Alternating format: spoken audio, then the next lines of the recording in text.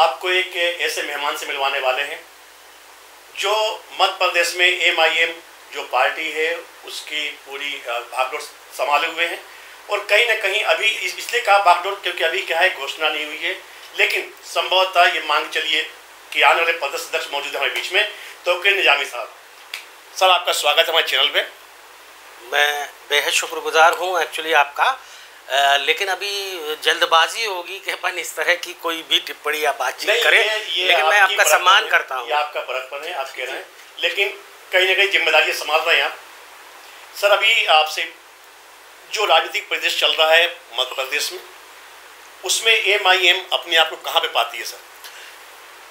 देखिए, सबसे पहले मैं ये बताना चाहता हूँ आपके चैनल के माध्यम से कि असदुद्दीन ओवैसी साहब जो कि क़िबला हमारे पार्टी के राष्ट्रीय अध्यक्ष हैं, वो हम लोगों के कहने पर यहाँ कम से कम भोपाल शहर में आकर उन्होंने एक आम सभा उस टाइम चुनाव के मद्देनज़र की, और उनका जो सोच था, जो वो कहना चाहते थे, उन्होंने कहा कि भाई हमें यहाँ दलित, मुस्लिम, आदिवासी और जो भी पिछड़े समाज के लोग हैं, इनको सबको एक साथ लेके हर हाल में मध्य प्रदेश में आगे बढ़ना है, और उसी दिशा में हम लोग अभी भी वर्किंग कर रहे हैं, उसी दिशा में चल रहे हैं जैसा उन्होंने हम लोगों को आदेश किया है। सर MIM के लिए यही कहा जाता है कि बीजेपी की पार्टी बी टीम है सर, ये इल्ज़ाम है, इस पर आप क्या कहना चाहते हैं? मैं बहुत ही खुश होकर आपको बताना चाहता हूँ कि पूरे हिंदुस्तान में आज जब कांग्रेस घबराई हुई है, आज भारतीय जनता पार्टी को भी ये लग रहा है कि एक शेर जो पूरे भारत में इन सारे मुद्दों पर काउंटर कर रहा है, तो ये घबराकर कांग्रेस के लोगों की ये चाल है, क्योंकि वो नहीं चाहते कि ओवैसी साहब या मुस्लिम समाज के लोगों की नुमाइंदगी आगे बढ़े, वो नेता बने, उनका अपना खुद का एक प्लेटफॉर्म तैयार हो। इसलिए इस तरह के प्रोपेगेंडे वो हमेशा करते रहते हैं और यही बातें सामने आती हैं। सर अभी वर्ष 23 में और चुनाव में विधानसभा का भी और लोकसभा का भी, उसमें सर MIM की क्या तैयारी चल रही है?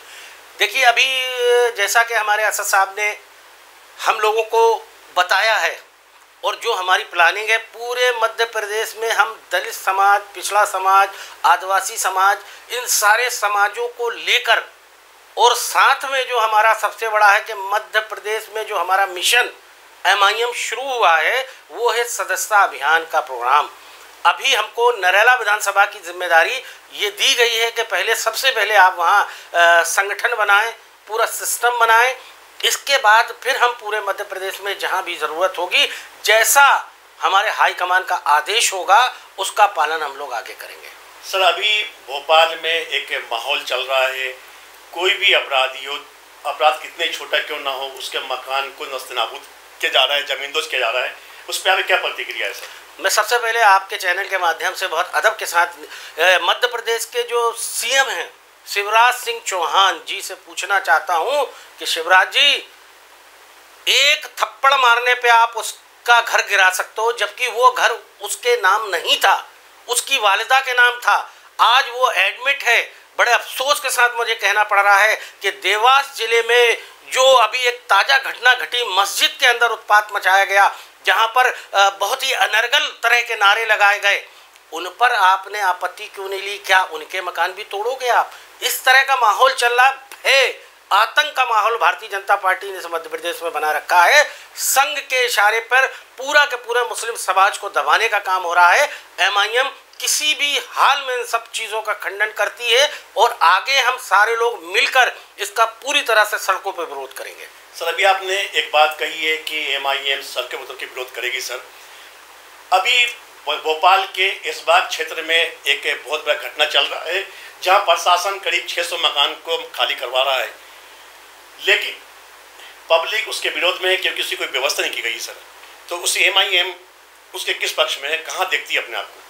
जनता क्वार्टर ऐशबाग, जहाँ पर बहुत सालों से लोग रह रहे हैं, जहाँ कुछ किराए के लोग भी हैं, जिनके कुछ मकान भी हैं, सारे के सारे लोग। और मैं तो चाहता हूँ कि शासन और प्रशासन दोनों से, अगर उनको विस्थापित करना ज़रूरी है, कोई दिक्कत नहीं। अगर आपको लगता है कि जर्जर हालत में है, मकान गिर सकते हैं, लेकिन सबसे पहले उनके रहने की व्यवस्था ठोस तरीके से आपको करना पड़ेगी, तब जाकर उनको वहां से हटाने का काम करें। यही एमआईएम मांग करती है। और अगर कार्रवाई होती है, नगर निगम वहां कार्रवाई करता है बिना उन लोगों को मकान दिए या बिना उनकी व्यवस्था को कराए, तो एमआईएम सड़कों पर उतरकर भारतीय जनता पार्टी और शासन प्रशासन की नींद खराब कर देगी, उनकी ईंट से ईंट बजा देगी। सर मैं आपको लेके चलता हूँ वर्ष 23 के लिए। सर जब विधानसभा चुनाव होने वाला है, आपकी पार्टी कितने सीटों पर अपने उम्मीदवार उतारेगी?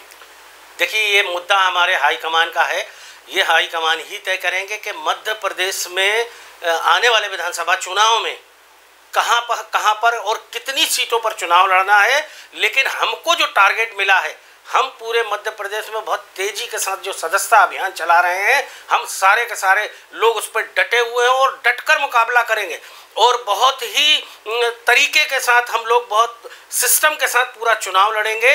ये पूरी तरह से बिल्कुल अच्छी तरह से सीधी सी बात है। आपसे एक आखिरी सवाल है सर, अगर हो सकता है चुनाव में इतनी सीट आपकी आ जाए कि सरकार की चाबी आपके पास हो, तो किस पार्टी को समर्थन करेंगे आप? देखिए, हमारी सबसे पहले मेहनत यही है, और आपके चैनल के माध्यम से आज हमने जनता जनार्दन और जहां भी लोग हैं सबको बताना चाहता हूं कि आने वाला कल जो विधानसभा का चुनाव है वो 100% ये तय करेगा कि बिना एमआईएम की किसी की भी मध्य प्रदेश में सरकार नहीं बनेगी। और चूंकि हम दलित, मुस्लिम, पिछड़ा, आदिवासी सारे भाइयों को, सारे समाजों को लेकर चुनाव मैदान में आएंगे और हम सब लोगों को चुनाव लड़ाएंगे, उसी आधार पर हम ये बात आपसे कह रहे हैं। हर हाल में हम लोग आगे बढ़ेंगे इसमें। ये थे तौकीर निजामी जी, जिन्होंने हर सवाल का बेबाकी से जवाब दिया है और कहीं ना कहीं संकेत दे दिया है कि सरकार बनेगी उसमें बगैर इनके सहमति की।